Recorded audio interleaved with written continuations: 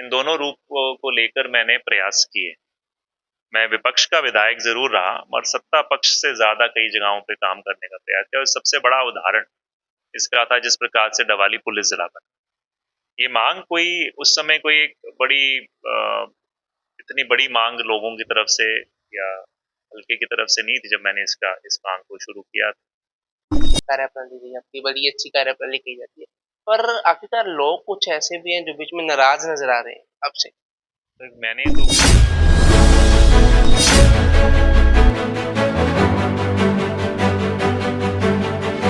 सामने सत्ता में बैठे, ये सवाल मैं मानता हूँ किसान असली में जिससे पूछते हैं, उन्होंने लोकसभा में भी पूछा और अभी फिर पूछेंगे। जो सत्ता में बैठे हुए लोग थे जो कहते थे हम किसान हितैषी और हमारे रग रग में किसानों के लिए हित में मतलब वो एक संघर्ष दौड़ता है, उनसे ये सवाल पूछने की जो सत्ता में बैठे हुए 9 साल हो या 4.5 साल दोनों पार्टी।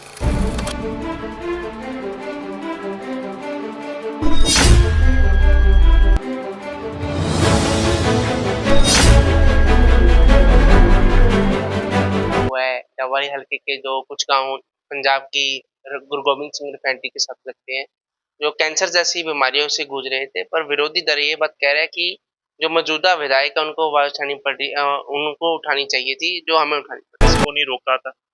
आज उनको जब चुनाव की बेला है, आज चुनाव घोषित हो गए उससे 1 महीने पहले या 10 दिन पहले प्रयास दिख रहे हैं, तो सवाल तो आपका मेरे ख्याल से माइक उनकी तरफ बनता है कि भैया ये आपने आप उनकी तरफ भी जाएंगे। नहीं, यही पहला सवाल होना चाहिए कि भैया आपने अभी क्यों प्रयास शुरू किए। तो अमित से आग से विपक्ष पहली बार मैंने देखा जैसे राहुल गांधी जी से लोग प्रयास पूछते थे, मोदी जी से सवाल करने से लोग कतराते थे कि मोदी जी आप बताइए आपने क्या किया 10 सालों में। लोग वाली सीटें सबसे ज्यादा हॉट मानी जा रही है, इस पे सारा टोटली जो है चौटाला परिवार है। तो एक तरफ जेजेपी से भी दिग्विजय चौटाला हो सकते हैं, जिसका अभी शोर हो चुका है, उनका अनाउंस भी हो चुका है। तो इनेलो से कांता चौटाला का नाम आ रहा है, कांग्रेस से आपका नाम आ रहा है। तो ऐसे ही कई नाम हो रहा है। इस पर जो सबसे ज्यादा हॉट सीट है वो डबल।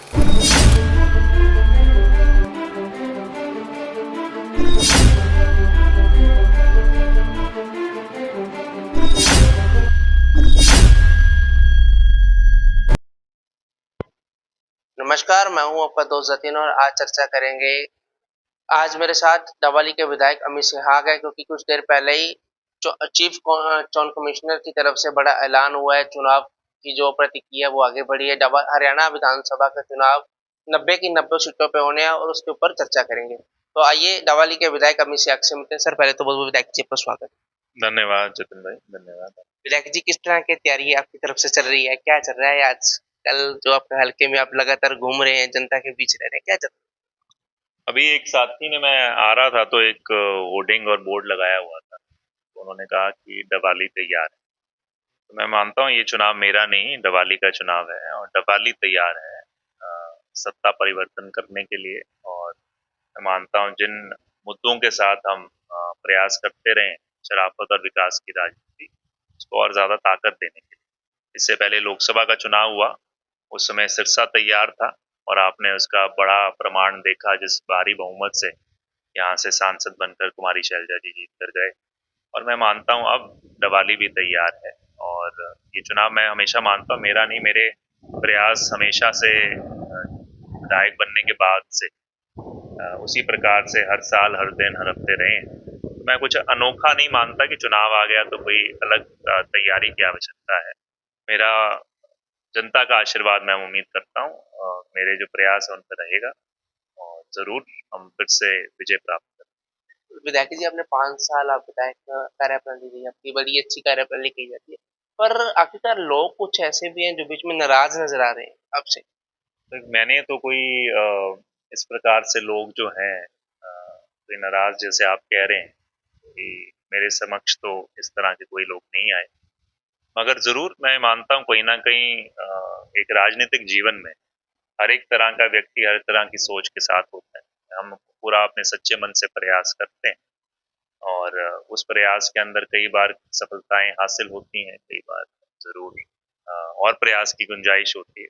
पर मैं मानता हूँ जो यहाँ की पृष्ठभूमि रही है, मुझसे पहले बहुत से लोग यहाँ पर आए, विधायक बने, और उनका क्या कामकाज था और मेरा क्या समर्पण भाव है, उसमें मैं मानता हूँ एक अंतर जनता को स्पष्ट अपने आप दिखाई देता है। और जिस तरह से है वो प्रयास अपने आप बोलता है। आज कई सारी उपलब्धियां हैं जो मैं मानता हूँ आने वाले समय में आप लोगों के माध्यम से हम चर्चा भी करेंगे। तो मैं उनसे कहूंगा अगर किसी को सही मायने में कोई साथी ऐसा है, जरूर आप मुझसे उससे मिलवाने का काम करें।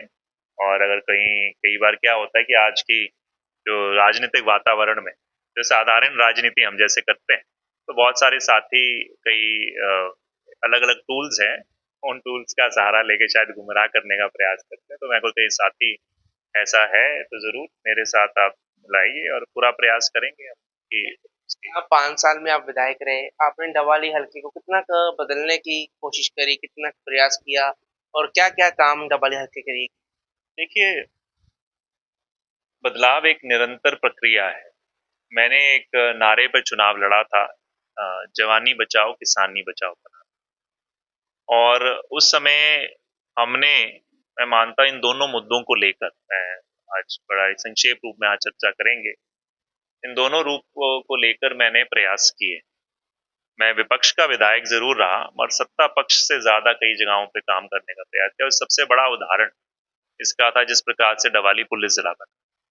ये मांग कोई उस समय कोई एक बड़ी इतनी बड़ी मांग लोगों की तरफ से या हल्के की तरफ से नहीं थी जब मैंने इस मांग को शुरू किया था।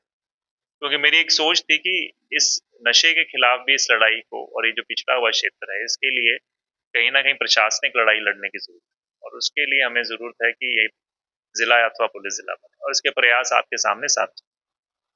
वहीं पर मैं मानता हूँ किसानों के लिए, चाहे वो कालवाना खरीफ चैनल जो डॉक्टर साहब का सपना था, तिगड़ी खरीफ चैनल, इनके लिए मैं धरातल पर लड़ाई लड़ता रहा। और ये मैं मानता हूँ एक आज एक ज्वलंत मुद्दे के रूप में दोबारा से, और ये मेरा हमारा लक्ष्य है जब हमारी सरकार बनेगी इसको फिर से पूर्ति करना।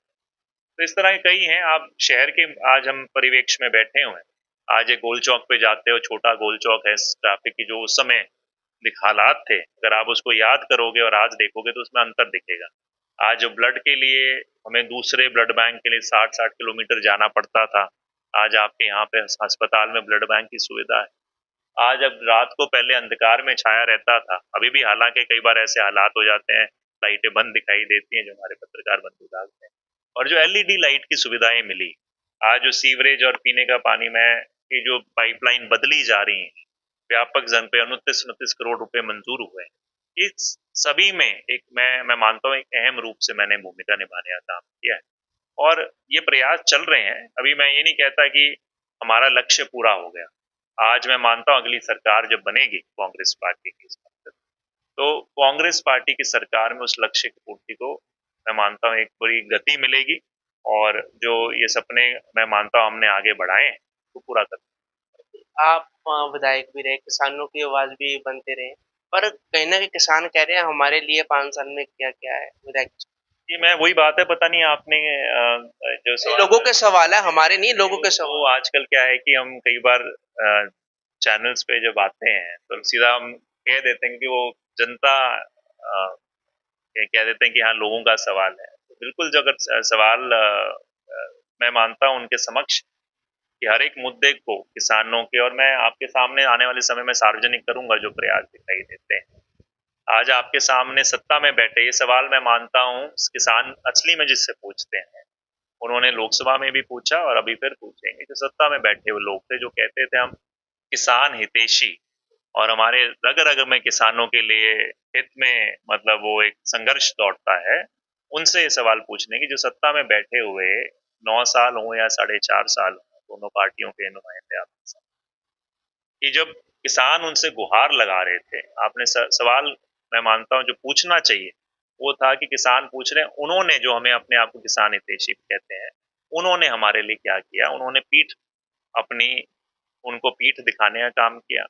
उन्होंने इस तरह की टिप्पणियां की किसानों को कि भाई एक तरीके से अहंकार की भाषा में, और जब किसान पीटे जा रहे थे उन्होंने कहा कि भाई हमारे लिए सत्ता ये एकमात्र धर्म है, हम केवल राजनीति जब करते हैं सिर्फ किसानों का नाम लेकर कर सकते हैं, अगर तो ये जो आपके समक्ष जो बात है, ये सही मायने में सवाल है, और उसका सवाल का जवाब मैं मानता हूँ जब कांग्रेस का राज में आएगा तो अपने आप आपको धरातल पे दिखाई देगा। मैंने जहाँ तक आज विपक्ष में बैठे हुए तकरीबन 80-80 खाल ऐसे हैं जो पुराने हैं, मैं आपकी जानकारी में लाना चाहूँ, उनको मंजूर करवा कर उनको बनवाने का काम किया है। आज दिवाली किसानों के लिए सबसे बड़ी, जतिन भाई आप क्या मानते हैं क्या सुविधा होती?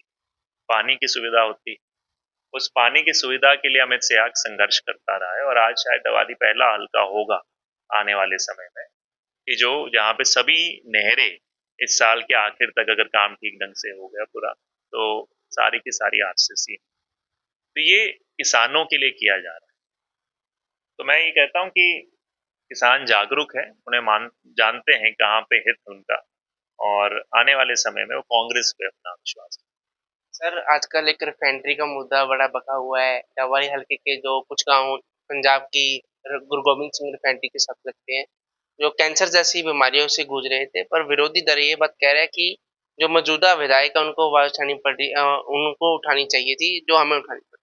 नितिन, मुझे ऐसा लग रहा है कि आप जो ये कुछ लोग हैं उनसे प्रश्न लेके आए और वो पूछने का, तो इनमें प्रश्न में कोई धरातल में कोई ना कोई जनता की ये आवाज है, ना कोई ये जनता पूछ रही है, ना ये मैं मानता हूँ कोई। आप अगर सच्चाई की बात करें, आप एक अगर पत्रकार के रूप में भी बात करें, जो व्यक्ति सरकार में बैठे हुए 4.5 साल सरकार, आज कहते हैं कि भाई हमें ये उठाने पड़ रहे हैं, उन्हें तो किसी ने नहीं रोका था। उन्हें तो किसी ने नहीं रोका इतने 4.5 साल की भी जाके आप इस मुद्दे को हल कराएं। बल्कि आपको उनसे ये सवाल आपने शायद नहीं पूछा कि भाई यहाँ पर उनके खुद के ऐसा उद्योग धंधा लगा है जिससे पोल्यूशन फैल रहा है उसी बेल्ट के अंदर, जिसका लोग विरोध करते। बल्कि अमित शाह था, एक दिन रात को जब आम जनता को, नागरिकों को असुविधा का सामना करना पड़ रहा था बहुत ज्यादा, तो मैंने बल्कि यहाँ पे अधिकारी को कह के कहा कि भाई अपनी टीम को भेजिए और उनके अंदर। तो ये जो बातें हैं, ये सिर्फ चुनाव आते हुए एक दिखाने का प्रयास किया जा रहा है कि हम भी बड़े संवेदनशील है, मुद्दों को हल करना जाता है। हल करने से तो कोई अमित शाह ने किसी को नहीं रोका था। आज उनको जब चुनाव की बेला है, आज चुनाव घोषित हो गए उससे 1 महीने पहले या 10 दिन पहले प्रयास दिख रहे हैं, तो सवाल तो आपका मैं ख्याल से माइक उनकी तरफ बनता है कि भैया ये आपने आप उनकी तरफ भी जाएंगे। नहीं, यही पहला सवाल होना चाहिए कि भाई आपने अभी क्यों प्रयास शुरू किए। तो अमित शाह से विपक्ष, पहली बार मैंने देखा है जैसे राहुल गांधी जी से लोग प्रयास पूछते थे, मोदी जी से सवाल करने से लोग कतराते थे कि मोदी जी आप बताइए आपने क्या किया 10 सालों में। लोग पूछते थे कांग्रेस पार्टी 75 साल या राहुल जी। तो वही बात मैं कह रहा हूँ कि जिस विधायक ने पहली बार ये लोगों को महसूस कराया है कि एक विधायक की भूमिका क्या होती है, वो मैं मानता हूँ सवाल आपको सत्ता पक्ष में बैठे हुए लोगों से पूछने चाहिए, जिन्होंने सत्ता की मलाई तो खाई और आज कह रहे हैं कि हम इस दूषित हवा को दूर करने के लिए प्रदेश से बाहर जाके हम समन्वय बना रहे हैं। जो प्रदेश में आपके पास भूमिका थी, यहाँ पे बहुत कुछ करवा सकते हो आप। वातावरण को दूर करने के लिए आपके इतने वो है, तो बहुत कुछ संभावना है। तो मैं इनको गंभीरता से लेता नहीं ना, मैं मानता हूँ कि ये कोई किसी के गंभीर प्रयास, क्योंकि उनकी कोई मानसिकता सोच नहीं है कि सही मायने में यहाँ पर बदलाव के लिए नहीं, वो केवल चुनाव के लिए यहाँ पे प्रयास कर। आपके ऊपर टीका टिप्पणी होती थी कि वो अमित शाह है, वो ससुराल के विधायक मैं हैं। मानता हूँ मैंने पहले इसका जवाब दे चुका हूँ। ये आपको कहाँ, ये कौन किधर बैठे हैं आप अभी बताइए इसके थ्रू। ये आपका ही घर तो कहाँ पे है ये घर? वाली में ही। तो मैं बात कह रहा हूँ, मैंने एक दिन बयान भी दिया था कि एक नॉन सीरियस व्यक्ति के नॉन सीरियस बयानों को, मैं बेबुनियाद बयानों पे मैं कोई पहले मैं इस तरह के, मेरे पास जनता के अहम मुद्दों पे ध्यान देने का समय है। इन तरह की चीजों को जनता जागरूक, जनता जानती है। 10-10 घंटे मैं तो मैं कई बार चैलेंज कर चुका हूँ कि अपने मीडिया कर्मी मेरे साथ घूमे, फिर अपने आप ही आपको पता चल जाएगा। तो ये मैं कह रहा हूँ कि ये इन तरह की जो चुनाव के मुद्दों से हटक के जो टीका टिप्पणियां करने का प्रयास किया जाता है जिनका कोई आधार नहीं, उनका मैं ना मेरे को कोई मैं मानता हूँ जवाब देने का कोई ज़्यादा दिलचस्पी। जल्दी आज चुनाव घोषित हो चुके हैं, आगे के लिए क्या नए मुद्दे क्या हैं जनता के लिए जो आपने तैयार किए? नहीं, आपके पास सामने पूरा हमारा मैनिफेस्टो आएगा। आज तो घोषणा हुई, आज के कोई ऐसे नए मुद्दे मैंने तैयार नहीं कर रहा, मैं तो मुद्दों को हल कराने का प्रयास करता हूँ। बट ये है कि हमारी जो घोषणाएं पार्टी की मैनिफेस्टो आएगा, वो सबसे बड़ा पहला घोषणा पत्र है जिसपे कांग्रेस की गारंटी रहेगी, कांग्रेस से पूरा करेगी।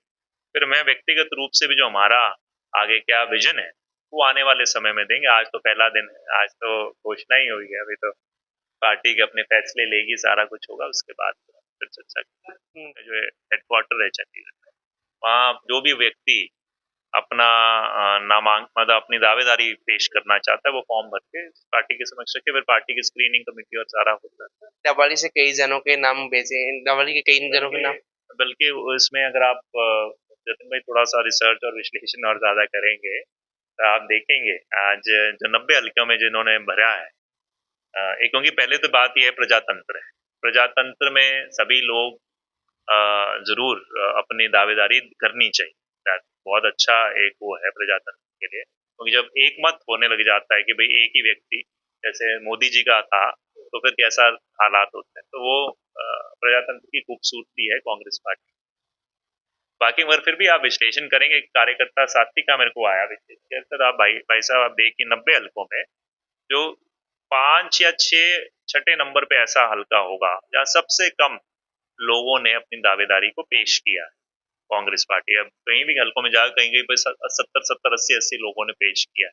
अगर आप विश्लेषण करेंगे वो लिस्ट मैं शेयर करूँ तो वो अपने आप में एक दर्शाता है कि कांग्रेस के हमारे जो साथी भी हैं, अधिकतम जो मेरे साथ होंगे, जिनकी खुद की भी उनका भी एक विश्वास है कि हम एकजुट होकर मेरे साथ वो इस चुनाव में हम लगेंगे और कांग्रेस पार्टी विजयी होगी।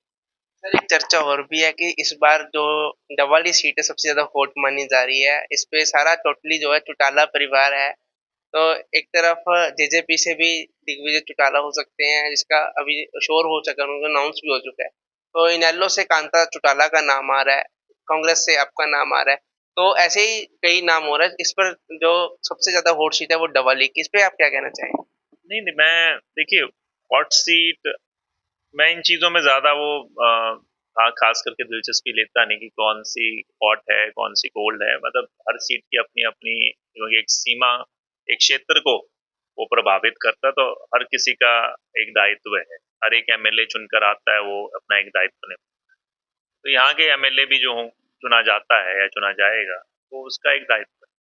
बट ये जरूर है क्योंकि यहाँ पे एक राजनीतिक रूप से क्योंकि हमारे बहुत सारे